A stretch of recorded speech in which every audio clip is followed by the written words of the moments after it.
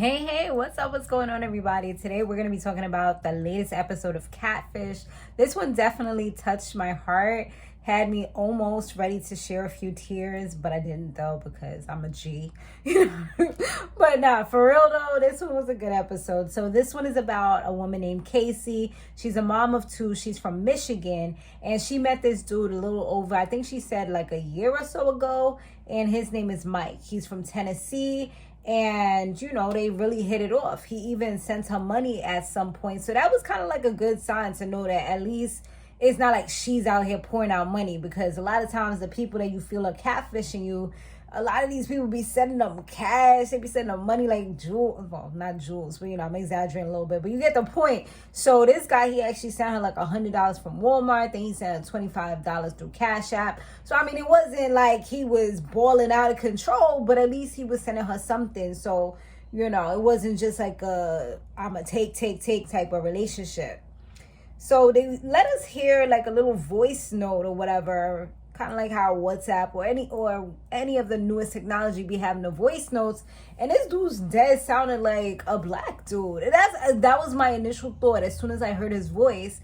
And then she comes, Cammy, like she instantly read my thoughts, and she was like, "Oh, this is a black guy. You know, like it sounds like a black guy." And I'm like, "Yo, at least I'm not the only one that's kind of like judging based on the voice or whatever." And so they go ahead and they look at his Facebook and stuff like that, and come to find out this dude has like 1,200 friends, and most of them are females, which it did seem like it was like a little bit suspicious or whatever. So they researched a little further and came up with this guy named Robert Champion. So it's like, who is this dude? He was definitely connected to Mike Brown, who is the guy that she's in love with. So it's looking like, is this the guy that is connected? Is this the guy who's actually pretending to be Mike, but his name is Robert Champion? And then this guy on top of that, he looked biracial, so that could have been a black voice that we was hearing. And he works at Walmart. So it was a lot that was going on that made a lot of sense.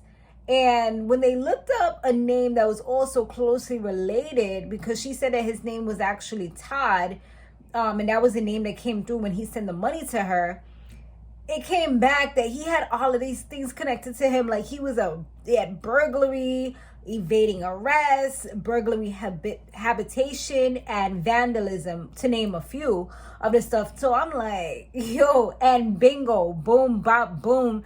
On this report also comes up this Robert Champion. So it's like, okay, this is way too connected. This has to be the same person. So now they call this Todd dude, and he says that Mike is his brother. He said that somebody sent him the money, and he just goes ahead and fulfills the request. Like, he don't really know the person who did it, but he trusts them. I'm like, what the fuck are you saying? Like, dude, you're not making no type of sense. You just send money for anybody? Like, you're not making any type of sense right now. You say you just send money for anybody as long as and it was anonymous and he trusts them. So how you trust somebody that you don't know? Like, where did he do that at? It was like foreign to me. Like, dude, if you're trying to lie, your lies are not like, this is the dude that you don't want to be your right-hand man if you lying, or if you like robbing a bank or a store or something like that, because he gonna get you caught, because nothing that he was saying was really making any type of sense. I'm just like, yo, this is not doing it, man. So then they asked, like, you know, all right, so it's not your brother? He's like, nah. Then he was like, okay, so the person, you know, whatever, you know, he reveals that Mike is his actual brother, but he said it's not a good time for Mike to meet anyone, and he didn't really say why. And that was pretty much the end of the conversation. So this guy also sounds like he was black. So they're like, is this the same guy that you normally talk to by any chance? And she was like, nah, the voice sounds different. So yeah, pretty much it wasn't him or whatever. So then they end up saying, you know what, we're just gonna go ahead and meet up with this dude. Like, just, you know, we're just gonna show up and hopefully he decides. I'm like, this is what you do when you got money to blow, because how are these people about to go to a whole nother state just on a whim? Like, we're gonna see if if we're able to see him. Like, maybe he can't refuse just because we're in his area. Like, no, I know for me, you tell me that you're in my area and I don't want to meet you because I'm a catfish. Like, I'm not going to meet you. Like, you won't have to be paying me a whole ton of little money for me to be embarrassing myself on TV for the whole world to see as long as this thing is on here. Like, no. Like, get out of here. Y'all way too confident. So anyways, when then they end up getting a message from Mike after they had let him know that they was gonna come and stuff like that, and he said that he was gonna be outside of Nashville and that he would meet up with them in Tennessee. So he did end up like sending them the address and all that and giving them instructions on how to see him, which is pretty much when they go to this address, go to the back by the barn. When they get there, it was looking real like Nightmare on Elm Street, like horror movie type of scene. And to top it off, they had the dark skies looking like it's about to rain. It was just real grim and like Grim Reaper looking. I'm just like, yo, she could not have done that by herself, because that would have been a whole like, I'm going to chop you up, psychopath, put you into the dirt type of scenario. That's what it was feeling like. That's what it was giving, okay? It was giving horror film death scene, okay? So, but you know, all the cameras and stuff was there, so she knew she was good. And this was her first time actually going on a plane, so that was pretty, you know, cool that she got the chance to experience this. Even though, like we'll see now, it wasn't the best type of scenario. So the person that comes to the barn, it actually was the same person from the photos, which was awesome because, you know, half of the time and don't meet a person. So this was actually good.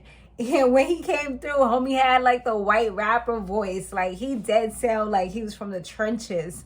Like, he done been through some, you know what I'm saying?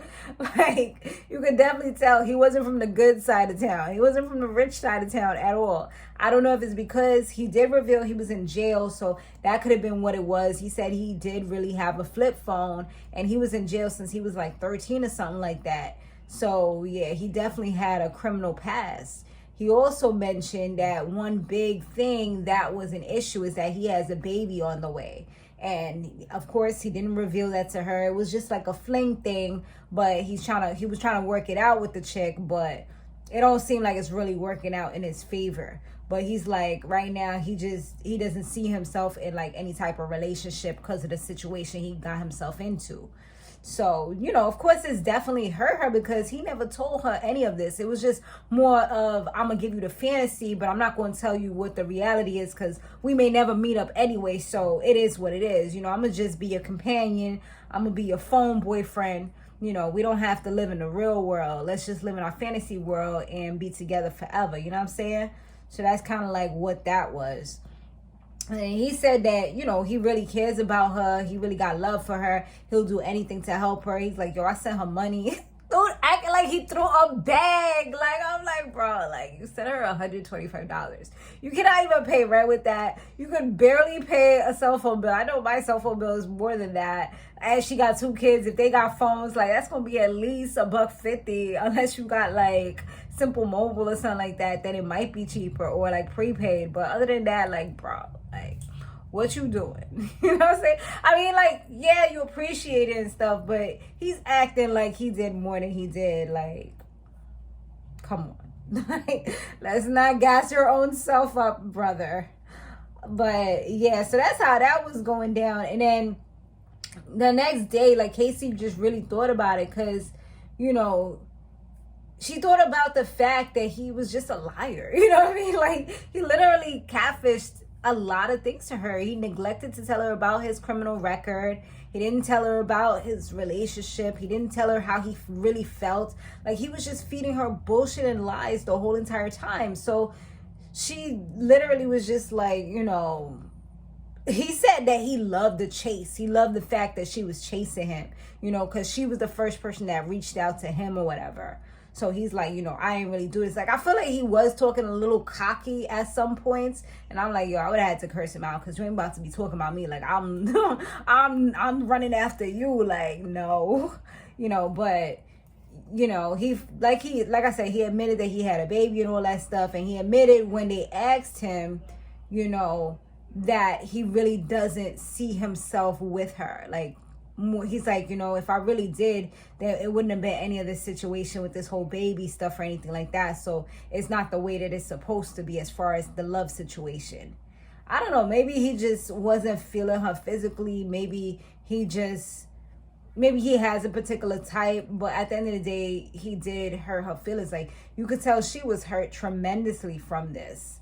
And honestly, I feel like at the end of the day, she dodged a bullet, because this dude was not a good role model. I don't see him being a good role model. He just came out of jail. He's trying to get his life together. She has 2 kids that she has to, you know, teach how to be men or women and have a good family dynamic. And this ain't it, you know what I mean? So she definitely dodged a bullet with him. And he just seems so rough around the edges. Like, she would probably have to, like, kind of like parent him too, in a way, you know? So I don't really feel like it would have been a good idea. So yeah, like I said, she was really like heartbroken by the whole situation, literally on tears on the freaking floor in the hotel, in the bathroom. I'm like, dang, girl, luckily that bathroom was pretty clean, but it was just like, it looked like some real pain. You know, sometimes like some of these episodes be like, that's super fake. Like, I felt, you know, like if she was lying, like she was lying, she needs to be an actress, because she was doing real good with this one. And 2 months later, she definitely looked like a lot happier. She said she's staying busy with the kids, and the whole love thing is on pause right now, because right now she's focused on herself. They didn't even show Mike or any updates about him. It's like, deuces, dude. That's the end of that. So that was pretty much the episode, you guys. Thanks so much for watching. I'll see you in the next one. Later.